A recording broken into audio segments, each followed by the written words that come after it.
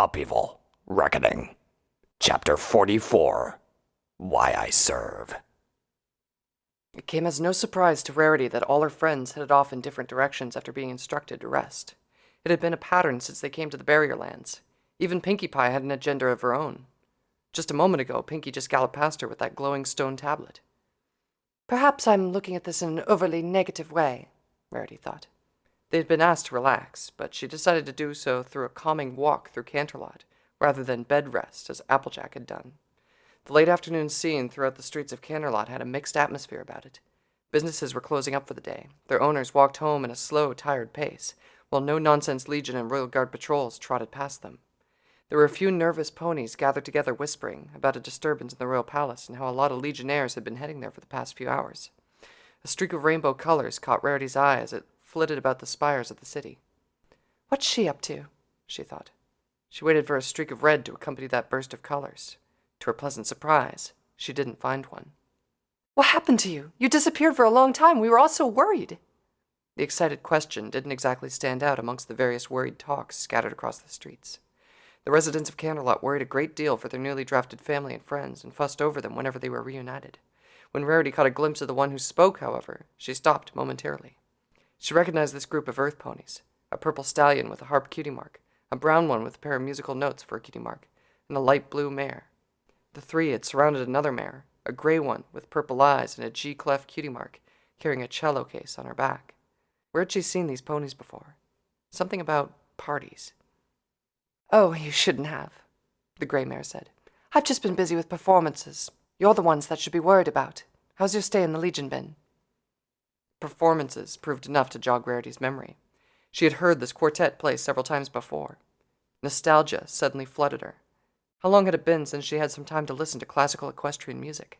Pinkie Pie's singing, her occasional humming to herself, and the rhythm of hammer blows against an anvil were all well and good, but to be seated in front of an opera, to hear a live orchestral performance from the Canterlot Symphony, those were sounds from another lifetime. She shook her head. No, that wasn't necessarily true. The time will come when she would get to hear that sort of music again. She walked past the group. As she did so, the cello player glanced her way. Their eyes met for only a moment, but Rarity was rooted to the spot. The cello player recognized her. Not just that, the short glance was enough to leave her cold and uneasy.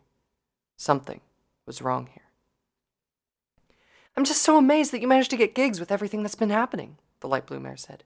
I guess that goes to show what an amazing musician you are, Octavia. Oh, nonsense, Beauty Brass. If you weren't strapped for Legion work, you'd be playing right next to me. Octavia looked at the two stallions. All of you would be. The warmth in Octavia's smile took Rarity aback. Was this the same mare who had glanced at her earlier? Perhaps she had just imagined the whole thing. Well, I'll see all of you again sometime, Octavia said. You all look tired and you have more training tomorrow. Stay safe, Octavia, Beauty Brass said. She wiped a tear from her eye. You'll see. We'll be a quartet again soon. The four embraced tenderly for a few moments, then Beauty Brass and the two stallions went on their way. Octavia waved at them until they rounded a street corner. With her friends gone, she turned to face Rarity. Hello, Miss Rarity, she said. Every trace of warmth she had shown dissipated like so much morning fog. Rarity cleared her throat. Her unease only continued to grow, but she wasn't going to be the first to lose her poise. You recognize me, she said. That's quite a surprise. You did become the talk of all of Canterlot once, Octavia said. Lioncourt also speaks highly of you. I believe he once mentioned that you are the best among your peers. That's very flattering, Rarity replied, but most untrue and likely said to praise himself. She lifted her chin a bit nevertheless. Praise from Lioncourt may be underhoofed, aimed to create rifts and self-serving, but it was still praise. Modest, too, Octavia said. She walked on, and Rarity kept in step with her. Lioncourt may exaggerate, but there is some truth in what he says. You are easily the most elegant in your group. Her voice, already calm and cool, turned frigid. It's a pity that you're a legionnaire. Rarity's eyes narrowed. And what is that supposed to mean? She asked. The Legion takes everything of grace and refinement and turns it into a hardened and crude tool. As a legionnaire, it won't be long until your fate is the same. Such a poor opinion of elegance you have, then. True beauty and refinement adapts and grows stronger with changing times. It is not turned crude by anything. Speaking of turning, I see you've turned into a thorn. I would have never expected one of Canterlot's own to join Black Rose's elite. And why not? Octavia asked. Did you expect every chosen in Equestria to bow their heads and meekly follow where the Legion leads them? Or that no chosen could possibly have the skills that Black Rose could use? Well, that depends now, doesn't it, Miss Octavia? What skills did Black Rose find a use for in your case? Octavia turned her nose up. My music, of course. The Legion may find no use for the musical arts, but Black Rose sees value in using and protecting them. And what of you, Ms. Rarity? Has the Legion benefited greatly from your fabulous dress designs? My time in the Legion has allowed me to learn a different set of skills, Rarity replied. In return, I've committed to helping them fight Equestria's enemies, a cause I happen to have quite a stake in. I may have had some bad experiences with the Legion, Miss Octavia, but being underappreciated is not one of them. Rarity tilted her head slightly. Of course, I'm sure that Black Rose has found many wonderful uses for your talents. When Pinkie Pie and some Legionnaires were severely injured a while ago, they said they heard some music that left them weak and vulnerable to a Thorn's poison gas attack. They described it as coming from a bigger, deeper violin. It's called a cello. I must admit that the Legion has vastly exceeded my expectations by even knowing what a violin is. Then I suggest you open your eyes a little wider, Rarity said sharply. The Legion is vast, the barrier lands even vaster. Reducing them into a horde of barbarians out to destroy all that is beautiful does not speak well of your own refinement. Her voice lowered. Neither does aiding the poisoner who sent my friend to the hospital. Octavia's cold glance did not change. Sablesteel's attacks were measured, as were her poisons, my music, lined quartz cuts, and Longstride's shots. You and your friends may not like being on the receiving end, but our precise movements, guided by Black Rose's intellect, serves Equestria well. Rarity quickened her pace. Some sense of competitiveness was starting to take over this strange conversation. It suddenly wasn't enough to keep in pace with Octavia. That would be true, she said, if Black Rose and Equestria were one and the same. You are being deceived, Miss Octavia. You'll find out too late that her goals have nothing to do with preserving the Heartland's culture and society as you apparently believe. Spoken like a true Legionnaire. You're deceiving yourself, Miss Rarity. It's true that the Legion is here to stay, and that they do have some use, but only when guided by a firm and refined hoof. The more I stay with Black Rose, the more I believe that it should be hers. She will see to it that the beauty of the Heartland, as you Legionnaires keep calling it, remains intact, regardless of her other goals. Octavia stopped when they approached a street corner. I believe this is where we part ways. I came by just to pay a short visit to my family. Afterwards, you and I have duties to attend to. Goodbye for now, Rarity replied. We'll meet again, I'm sure. When we do, you'll see for yourself that elegance and strength are often one and the same. Octavia didn't reply, and slowly disappeared among the other ponies walking the street. Pinkie Pie galloped through Canterlot, barely aware of the swiftly changing scenery around her. 1 minute she was running through the Royal Palace's halls, then she was by its entrance, then she was zigzagging through ponies on the streets. The only constant sight was the channeling tablet clenched tightly between her teeth. She wasn't sure where it was leading her, but she knew it had to be towards one of the 2 ponies she had to find. After reading through some stuff about Rockmaven, Pinkie wanted to talk to Coppermane. He enjoyed launching into anecdotes about the first leader of the True Earth ponies, as well as other great channelers. She didn't particularly enjoy them, especially when he lingered on how many unicorn and Pegasi oppressors they killed. Pinkie had been worried that since all the stories she heard about the Old Kingdom and the 6 companions were bad, Rockmaven was also going to turn out to be a monster. Perhaps one day I can show you around the deep stone quarter of the Great Delve, Pinkie Pie. You can see for yourself the armaments of Rockmaven himself, still waiting for the day when a True Earth pony would be strong enough to carry them to battle. The truth was, well, it wasn't that it was the opposite. Rockmaven did lead his clan and the other enslaved Earth pony clans to freedom. He did wear enormous stone plates that could block even magic for armor. He also did crush hundreds of unicorns and Pegasi with a big stone club made from fossilized dragon bone. The True Earth ponies revered Rockmaven for real reasons, but the archives had stories that they couldn't have read if they were all out in the barrier lands. There was more to Rockmaven than the pony who had been mean to help his friends and family. If she could tell him about it, the 2 of them might be able to come up with a better way to learn this channeling thing. The other was Sablesteel. The wasp of a pony had a sting that hurt so badly that even the memory of them left Pinkie wincing. She was a horrible pony, and Pinkie didn't need to read any books to know that. But there was... Pinkie! Pinkie! The blurry scenery slowed down at the sound of those voices from the other side of the street. Pinkie didn't spend a lot of time with her 2 sisters, certainly not as much as she hoped to, But they were hard workers who wanted to take part in the rock farming business while her destiny took her to Ponyville. Sure enough, there was dark gray-maned, gray-coated Inky, smiling and waving gently. Blinky, easily recognizable with her short white mane and her grayish-purple coat, stood on her hind legs and waved more enthusiastically. In an instant, Pinkie was standing between the two of them. Are you all right? Pinkie asked. She looked her sisters over, even lifting them above her head to see if they were suffering from any horrible poisoned wounds. Nothing bad has happened, has it? Where are Mom and Dad? We're both fine, Pinkie, Inky Pie said. She pushed some of her straight, long mane from her eyes. Mom and Dad are fine, too. We were worried about you. We heard that something weird has happened to the royal palace. Yeah, there were these evil bony monsters, and the princess took care of that. Pinkie tilted her head. So what are the two of you doing here? Were you headed for the royal palace to check on me? Well, not really, Inky replied. I was just returning from a meeting with some ponies from the Legion. The Legion? Pinkie Pie's eyes widened. The Legion? Why? Were they trying to get you to join the Legion? Because they're not allowed to, you know? I'm already in it. Inky giggled. No, silly, I'm not getting drafted. The Legion has a lot of construction projects lined up, which means there's a huge demand for building stone. Dad and I have been working on a couple of big contracts. Her smile widened. I really think you did the farm a huge favor. Her voice lowered to barely above a whisper and her smile faded. I mean, that's okay, right? Okay? Pinkie asked. Why wouldn't it be? We're not bad for benefiting from the Legion's presence, are we? We don't like war or fighting, but business has been terrible for the past couple of years. Now we're going to recover and start raking in the bits. I was just thinking that maybe it's not proper to have a reason to be happy when there's so many glum ponies around. Don't be silly, Pinkie Pie said. Being sad's never helped the situation get better. You should be glad to be glad. She looked towards her other sister. What about Blinky? Is she also working contracts? No, Blinkie Pie said. She raised her chin proudly. Dad and Inky can deal with boring business talk.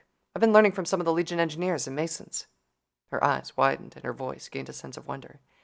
They've got some amazing stoneworking techniques that'll really blow your mind. I'm trying to get an apprenticeship. Dad says it's fine as long as I don't end up in the barrier lands. Pinkie looked around.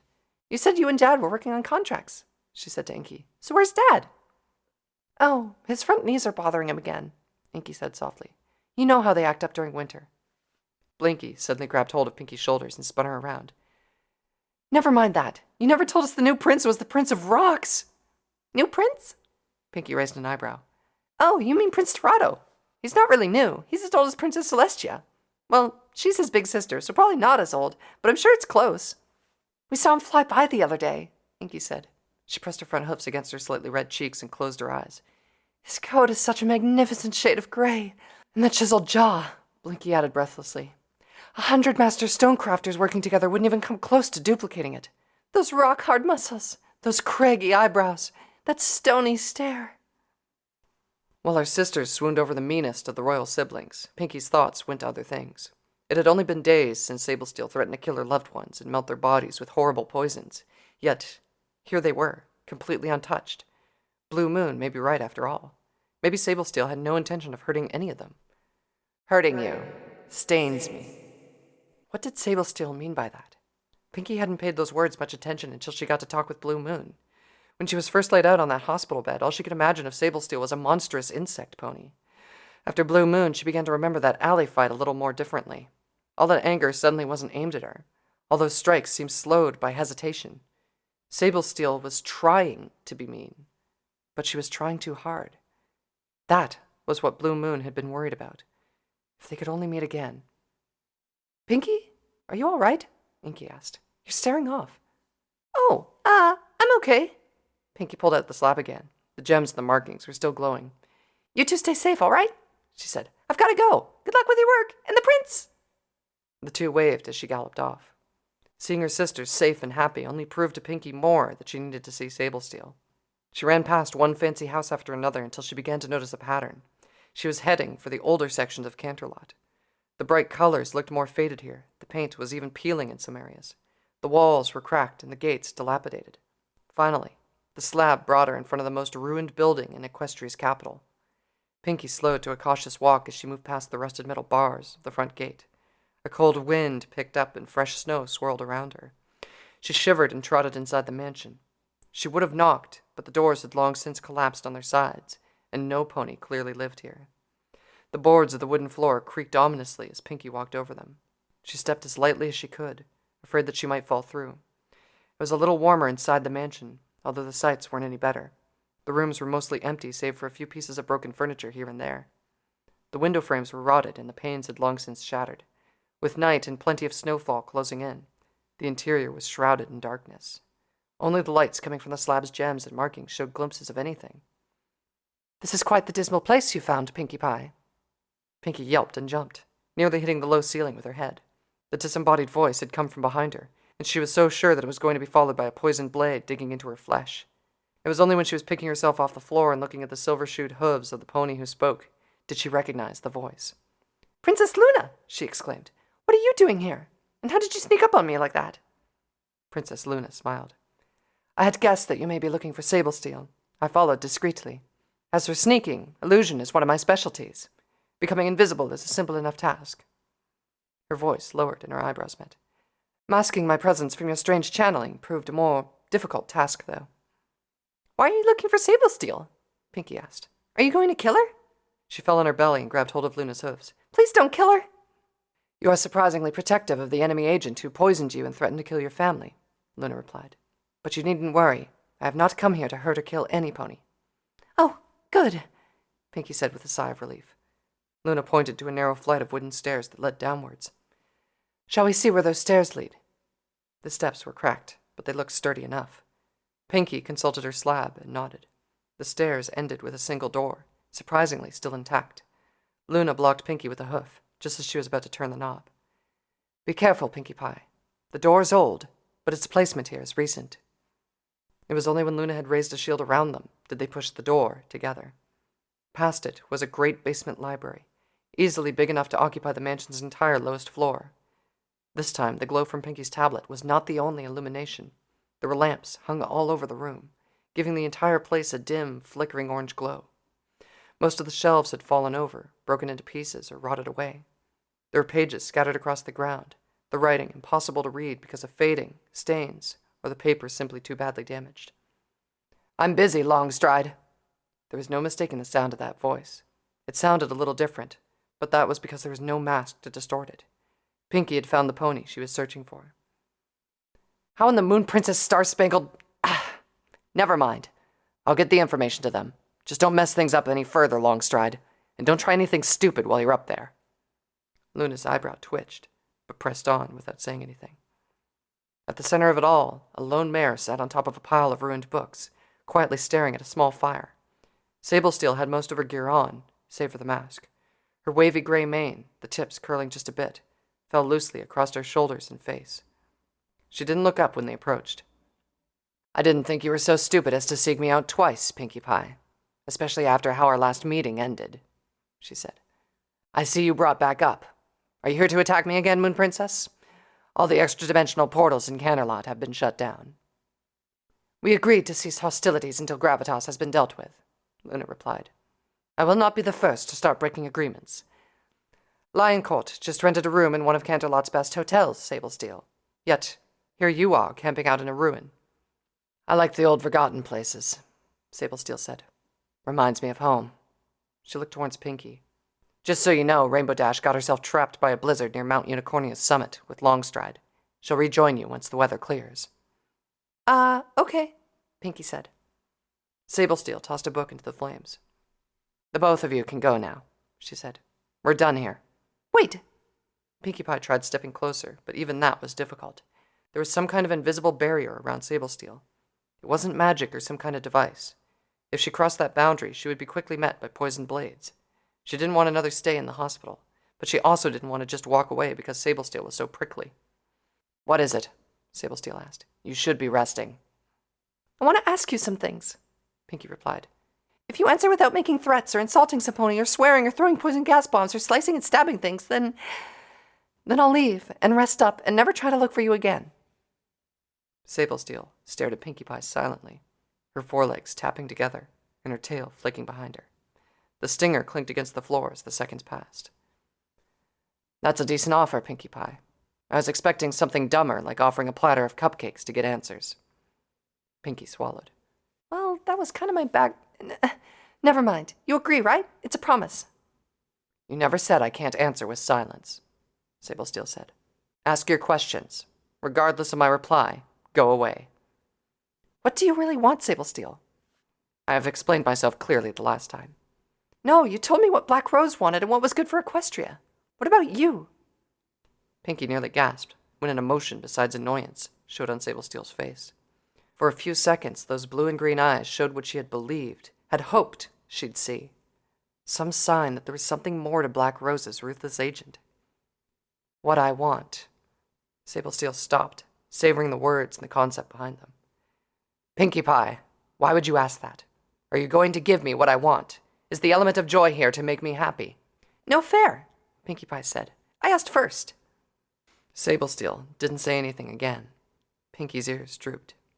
It involves the Black Moon Blades, doesn't it? Luna asked. The irritation was back in both Sable Steel's eyes and voice. You shut your horse! She looked at Pinkie Pie, then settled down with a long exhale. Is that why you're here, Moon Princess? She asked. You wouldn't say anything, so I made a guess, Luna said. I took some time to find out more since our last encounter, Sable Steel. My brother may say otherwise, but you are the last Black Moon Blade, the sole heiress to a very long tradition of subterfuge, poisoncraft, and assassination. It doesn't take much to guess that these mean a lot to you. You're half right, at least, Sable Steel said flatly. First, the prince is right. I am not the last Black Moon Blade. That title belongs to my grandfather. It is true that I inherited all their important traditions. Then why make such a distinction? Luna asked. Your grandfather must have brought you into the group if he taught you everything. Why would he stop at actually making you a blade? You don't understand, Sable Steel said. She spoke softly, even reverently.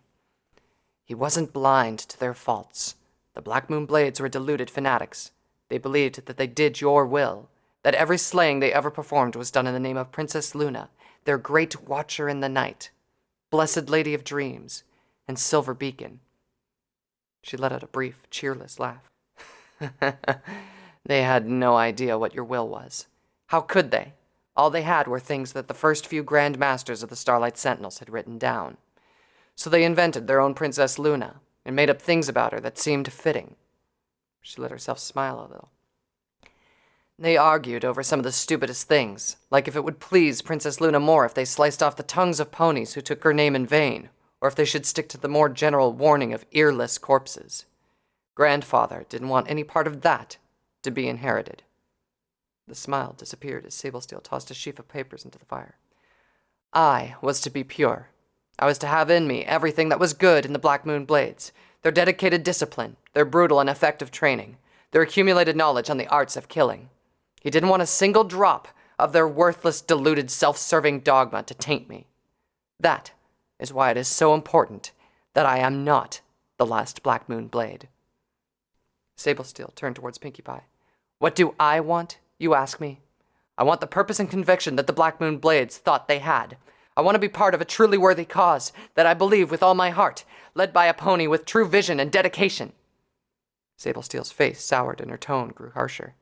The Moon Princess failed. She ran to the Heartland and failed us all. The Sun Princess was an even bigger failure, and the Earth Prince would not budge. After Grandfather died, I tried to put my skills to work in the Legion. I grew so restless and frustrated that I wanted to get myself killed. All the anger drained from her. Then I met Black Rose. Black Rose, the greatest daughter Equestria has ever had and will ever have. She had the purpose and the dedication. She had the vision, the will, the ruthlessness, everything that the Black Moon Blades so dearly wished to have been a part of. I was at peace. The thorns were my Black Moon Blades, and Black Rose was my princess. Then, Pinkie Pie spoke so softly it sounded more as if there was a mouse in the library. Then you're happy now, right? No! Sable Steel's shout shook some dust from the beams above them. Sheets of paper flew from her as she stood up. Pinkie fell on her belly on instinct and covered her face with her front hooves. Why not? Luna asked. Has Black Rose failed you as well? Black Rose does not fail. Has she not drilled that into your skulls yet? Her plans are reaching their completion. Her life will end with them, and the last thing I get to do in her service is to bully a pink party pony into becoming something strong enough to be useful to her. After that, everything good and worthy that Grandfather has sought to preserve will disappear with me. Sable Steel settled down once more. It's not Enough. She turned her back on the two of them. We're done here. Leave. Sablesteel, Pinkie said as she stood up. I know you're not glad to have me as your assignment, but I promise I will be a strong enough element of joy. The sound of metal sliding against metal, followed by a glint that could only come from blades extending, came from Sablesteel. I don't need your pity, Pinkie Pie, she growled. It's not pity, Pinkie Pie said. She didn't squeak this time. You'll see. You don't need to bully or frighten me into becoming stronger. I will be a good enough element of harmony. I will protect Equestria, and I'm sure that your grandpa will be proud of you for helping so much. Sablesteel didn't turn around. You talk a good game, Pinkie Pie, she said. Her voice was much softer. I'll be watching. With blades drawn, mind you. Come along, Pinkie Pie, Luna said. I'll teleport us back to the palace so you can rest up. Pinkie Pie nodded and waited for the teleportation spell to take her away.